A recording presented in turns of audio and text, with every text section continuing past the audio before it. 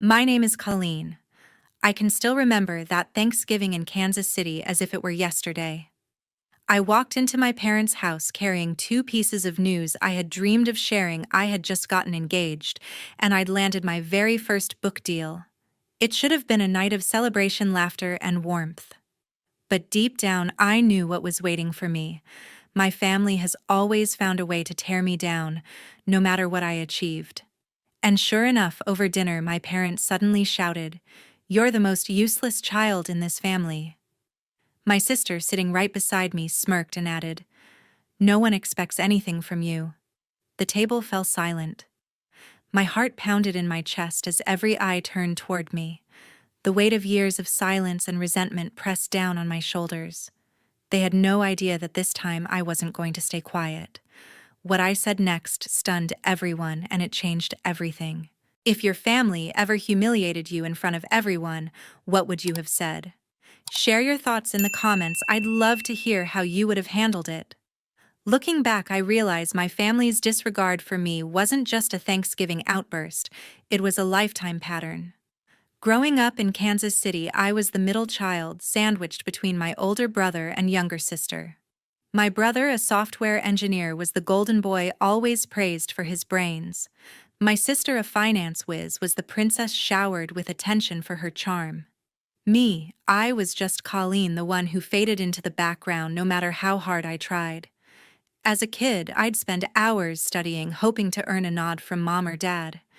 But their eyes always lit up for my brother's math awards or my sister's debate trophies. Once in fifth grade, I wrote a short story that won a school contest. I rushed home clutching the certificate, thinking they'd finally see me. Mom glanced at it, said, "That's nice, Colleen," and turned to brag about my brother's science fair win. Dad didn't even look up from his newspaper. That moment stung, but it was just the start. By high school, I was pouring my heart into writing, dreaming of becoming an author. I'd stay up late crafting stories, but Mom would roll her eyes, saying, "Writing's a hobby, not a career. Look at your brother's stable job." Dad chimed in, "Your sister's already interning at a bank.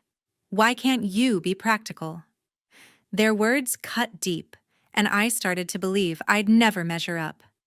Despite that, I couldn't help but step up for my family.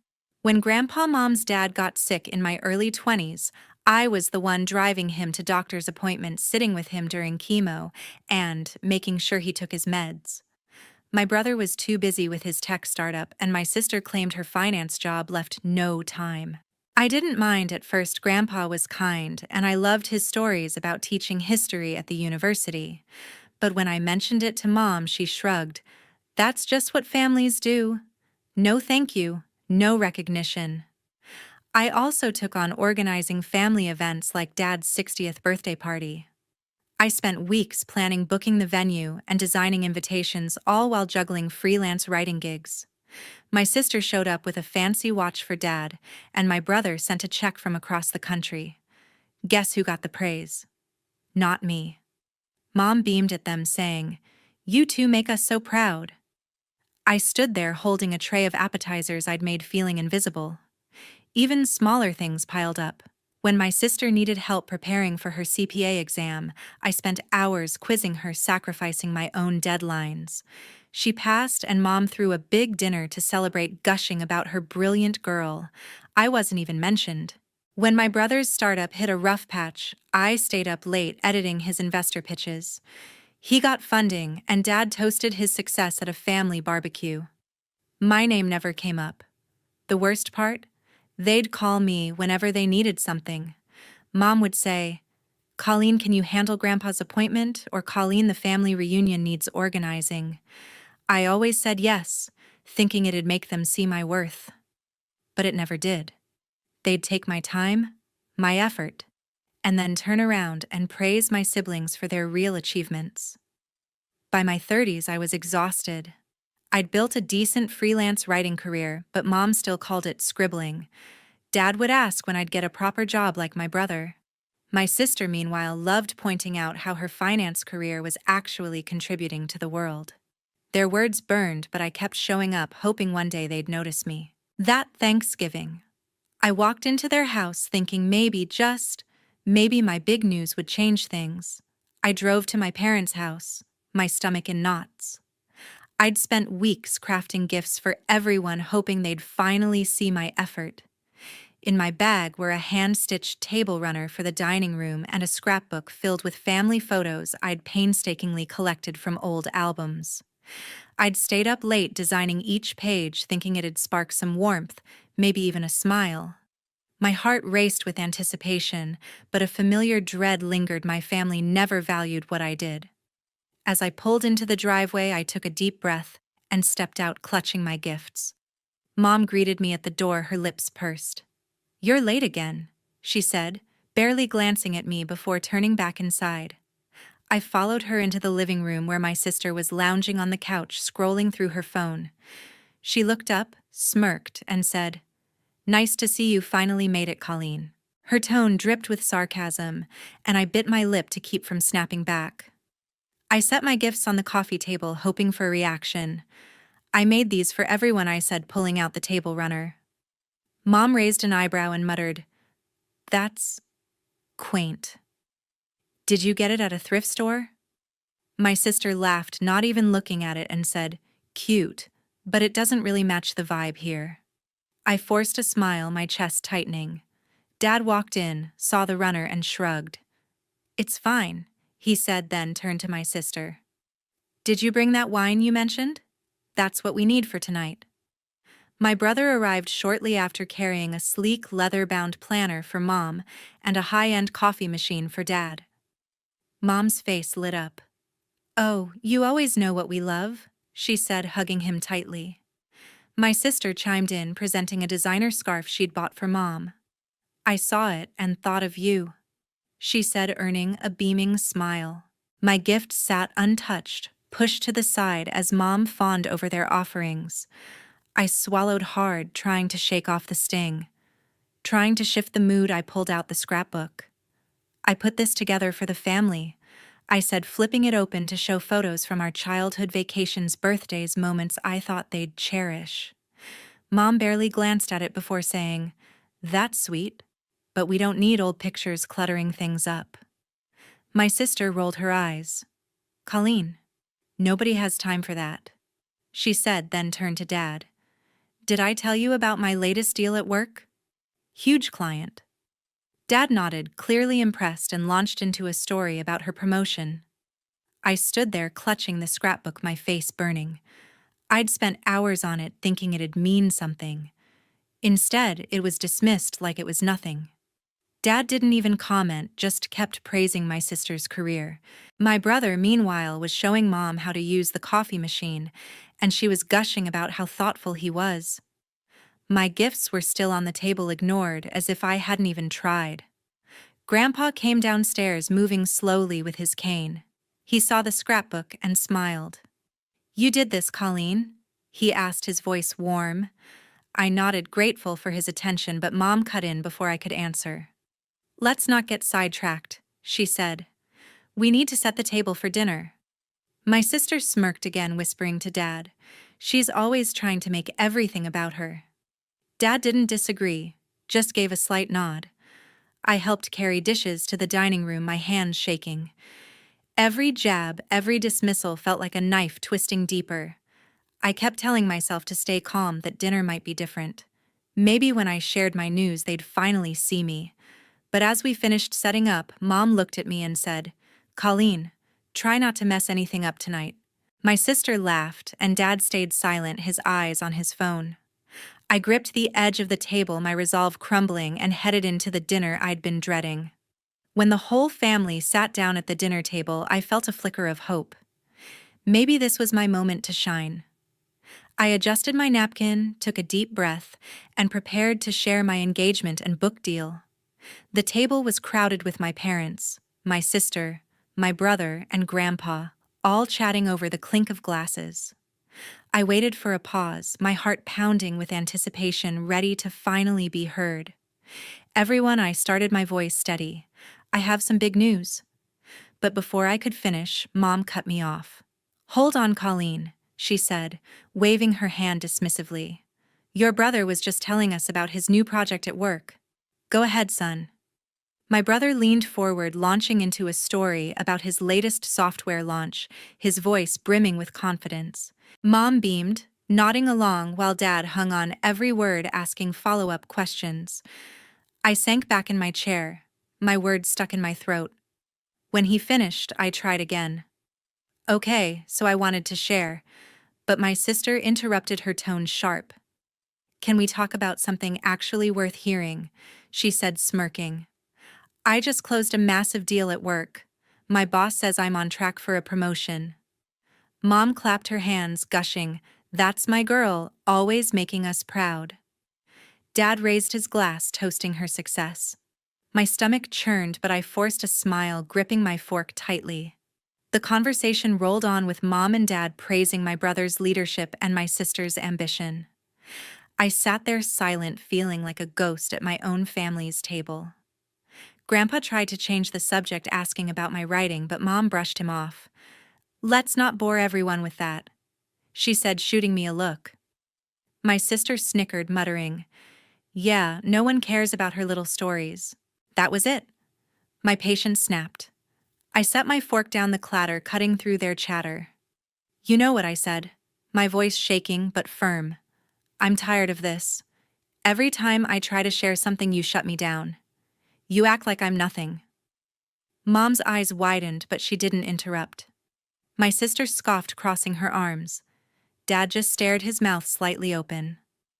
"I was going to tell you I got engaged," I continued, my voice rising. "And I landed a book deal, a big one. But you don't care. You never have." My sister rolled her eyes, muttering, "Oh, here we go." Mom leaned forward, her tone icy. "Colleen, stop making a scene. You're the most useless child in this family. Always whining, never contributing anything real." My sister nodded, adding, "No one expects anything from you, Colleen. Why would we?" Their words hit like a punch, echoing every doubt I'd carried for years, but instead of shrinking, something inside me roared. I stood up, my chair scraping the floor, and locked eyes with them. "If I'm so useless," I said, my voice steady now, "then stop expecting me to run this family's life. I'm done holding everything together while you tear me apart." The room fell silent. Mom's face paled. My sister's smirk vanished, and Dad looked away, uncomfortable. Even my brother seemed stunned, his usual confidence gone. Grandpa's eyes met mine, a quiet nod of support, but I didn't wait for anyone to respond. My heart was racing, but I felt a strange clarity. I'd finally said it. As I turned to leave, Grandpa's voice cut through the silence. "You should be ashamed," he said, his tone sharp, glaring at Mom and Dad. "Colleen's been nothing but loyal, and you treat her like she's invisible." Mom's face tightened, but she didn't respond. Dad shifted in his seat, avoiding Grandpa's gaze. My sister scoffed, muttering, "Here we go, with the dramatics." I stopped at the doorway, my hands trembling. I couldn't walk away without them knowing the truth. "You think I'm useless?" I said, turning back to face them. "Let me tell you what I've done for this family." My voice was steady, but my heart raced. When Grandpa was sick, I turned down a book deal, a major one, to drive him to every chemo session. I was there. Not you, not my brother, not my sister. Me.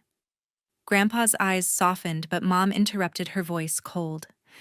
"That's your duty as family, Colleen. Don't act like a martyr." My sister smirked, adding, "Yeah, stop fishing for praise." I ignored them and kept going. "And you," I said, pointing at my sister. "Your big 30th birthday party, I spent weeks organizing it, booking the venue, picking your favorite flowers. You didn't even say thank you. You just bragged about your new job while I cleaned up." My sister's face flushed, her smirk gone. "That's ridiculous," she snapped. "I could have hired someone to do that." Dad finally spoke, his voice hesitant. "Colleen, we didn't know. I mean, we appreciated it." But his words felt hollow, and I shook my head. "No, you didn't," I said. "You never do. You praise my brother's tech deals and my sister's promotions, but my efforts? They're nothing to you." Grandpa stood leaning on his cane. She's right, he said, his voice firm. You two? He pointed at Mom and Dad, have always favored the others. Colleen's been the backbone and you've ignored her. Mom's jaw clenched and she snapped. Don't lecture me, Dad. We've done plenty for her. Dad rubbed his temples, muttering, Let's not make this worse. But it was too late. The room erupted into chaos. My sister stood yelling, You're just jealous, Colleen. You're twisting everything to make us look bad. My brother, usually quiet, tried to calm her. Let's talk this out, he said, but his voice was drowned out by Mom's sharp retort. You're ungrateful, she said to me. We gave you everything and this is how you repay us. Dad just sat there looking lost, unable to meet my eyes. I took a step back, my chest tight. I've given everything, I said, my voice breaking. I've sacrificed my time, my career, my peace, and you still call me useless. I'm done. I turned again, ignoring my sister's shouts and Mom's protests. Grandpa called after me. You're enough, Colleen, but I couldn't look back. I grabbed my coat and walked out into the cold Kansas City night. I drove straight to Kristen's apartment, my hands shaking on the wheel. She opened the door before I could knock, her face full of concern. What happened? She asked, pulling me inside. You okay? She asked, her voice gentle but firm. I nodded, though my throat was tight. I just walked out on my family.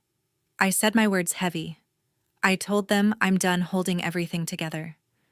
Kristen sat beside me, her eyes steady. You were brave, Colleen, she said. They've taken you for granted for too long. You don't owe them anything. Her words hit hard, grounding me. I'd known Kristen since college, and she'd always been my rock, the one who saw my worth when my family didn't. I keep thinking maybe I overreacted, I admitted. But I'm so tired of their dismissal. You didn't overreact, Kristen said firmly. They crossed a line. Calling you useless. That's not family, that's cruelty. I took a shaky breath, her words sinking in. I told them about my engagement, my book deal, I said. They didn't even blink. Just kept praising my brother and sister.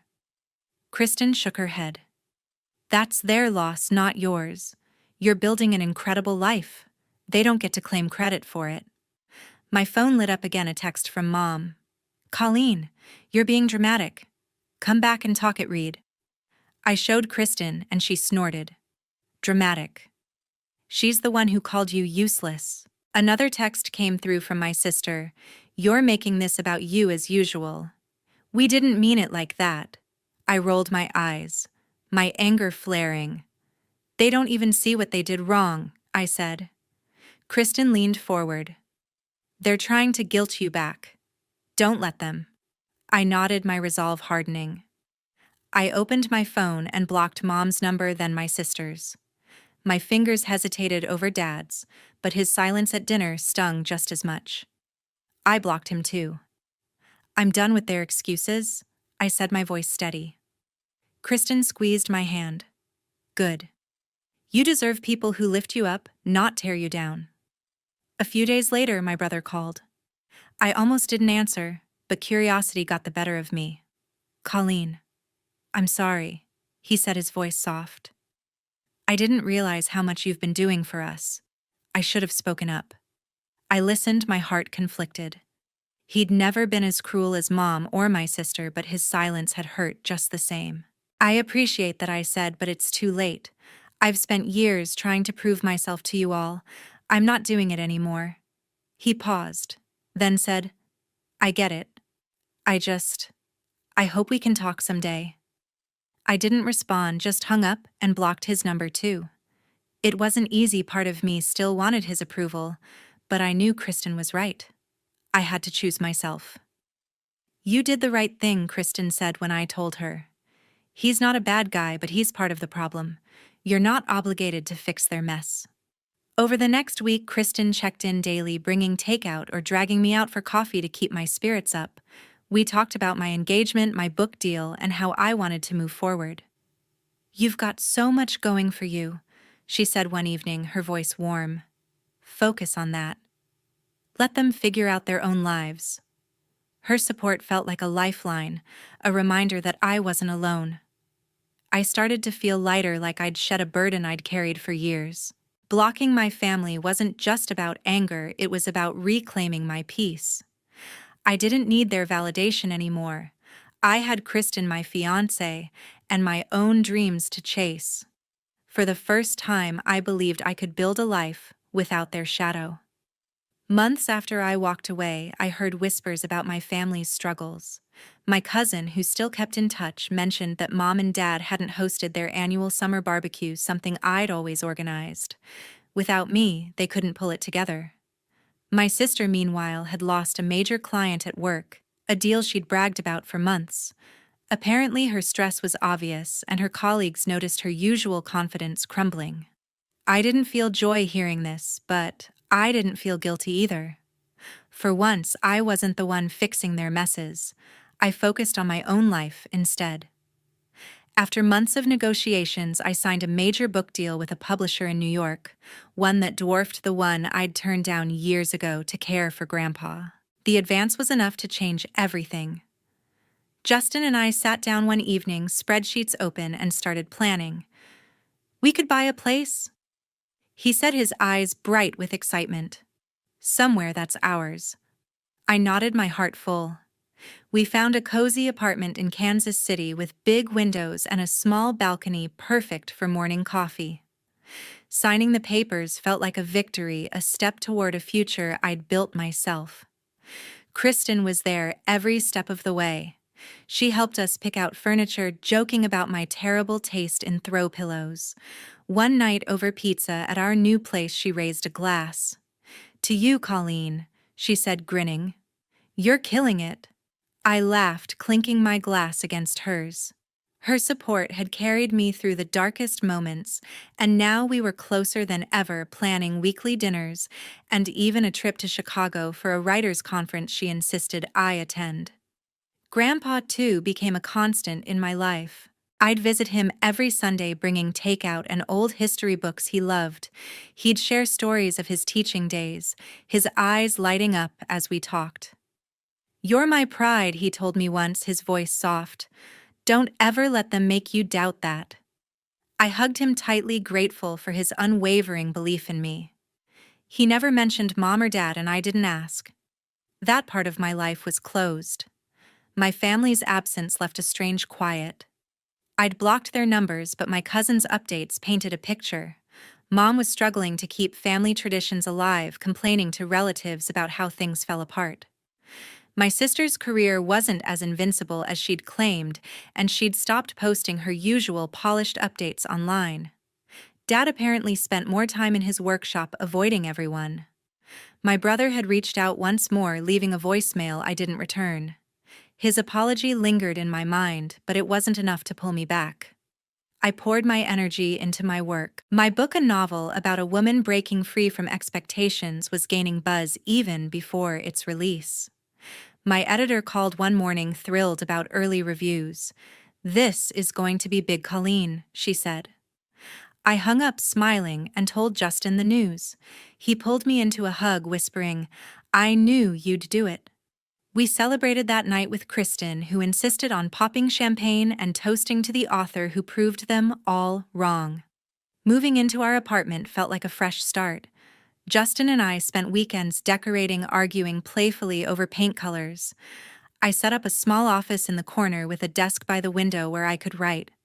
For the first time, I felt like my life was mine, not defined by my family's judgment or their endless demands. Kristen stopped by, often bringing her infectious energy, and Grandpa's visits filled the place with warmth. I was building a new family, one that saw me for who I was. As I stood on our balcony one evening looking out at the city lights, I realized I was free. My family's struggles weren't my burden anymore. I had Justin, Kristen, Grandpa, and my own strength to carry me forward. The future felt wide open, and I was ready to write my own story. A year after, I stood in a small garden ready to marry Justin. The air was warm, filled with the scent of blooming flowers, and the setting sun cast a golden glow over our handful of guests. I'd chosen a simple white dress, nothing flashy, and Justin looked at me like I was the only person in the world. We'd planned a tiny wedding just the way we wanted, intimate, meaningful hours. Only Kristen and Grandpa sat in the front row, their smiles brighter than the summer sky. Kristen, my maid of honor, adjusted my veil with a grin. "You're stunning," she whispered, her eyes sparkling. I squeezed her hand, grateful for her unwavering presence. Grandpa, in his best suit, leaned on his cane and winked at me. "You've made this old man proud," he said, his voice thick with emotion. I fought back tears, knowing their love was all I needed today. My family, Mom, Dad, my sister, my brother, wasn't invited. I hadn't spoken to them since I blocked their numbers, and I felt no regret. This day was for those who saw my worth. The ceremony was short, but heartfelt. Justin and I exchanged vows we'd written ourselves, promising to build a life of trust and joy. When he slid the ring onto my finger, I felt a weight lift, like the past was finally behind me. Kristen cheered louder than anyone when we kissed, and Grandpa clapped his smile wide. Afterward, we gathered at a small reception in a nearby barn decorated with fairy lights and wildflowers. Kristen gave a toast, her voice steady. "To Colleen," she said, raising her glass. "For choosing herself and showing us what strength looks like." I blushed, clinking glasses with her and Justin. As we danced under the stars, I thought about the journey that brought me here. I'd spent years trying to win my family's approval, bending over backward to keep them together. But that Thanksgiving, when they called me useless, something shifted. I learned that love shouldn't come with conditions. Setting boundaries wasn't selfish, it was survival. I'd walked away from people who diminished me, and in their place I found those who lifted me up. Kristen, with her fierce loyalty, and Grandpa, with his quiet wisdom, showed me what family could mean. Justin, my partner, reminded me every day that I was enough. My book had launched a few months earlier, climbing bestseller lists. Readers sent letters saying my story about breaking free resonated with them. That success paired with our new apartment and this wedding felt like a dream I'd fought hard to earn. I didn't gloat about my family's struggles, Mom's failed traditions, my sister's lost deal, Dad's withdrawal, or my brother's silence. Their absence no longer hurt. I'd built a life that didn't need their validation. Looking at Justin laughing as he spun me on the dance floor, I felt whole. Kristen joined us, pulling Grandpa into a gentle sway, and we all laughed, the moment perfect. I'd chosen this people who respected me, who saw my heart. That was the lesson I carried now. You don't have to stay where you're not valued. You can walk away, set boundaries, and build something better. It's not easy, but it's worth it. I turned to the camera, knowing this story would reach others. If you've ever felt unseen, I said, my voice clear, know that you're not alone. Choose the people who choose you. Set those boundaries. Your worth isn't defined by those who can't see it. I paused, smiling. And if you've got a story like mine, share it below. Let's lift each other up. With that, I turned back to Justin, ready for the life we'd create together.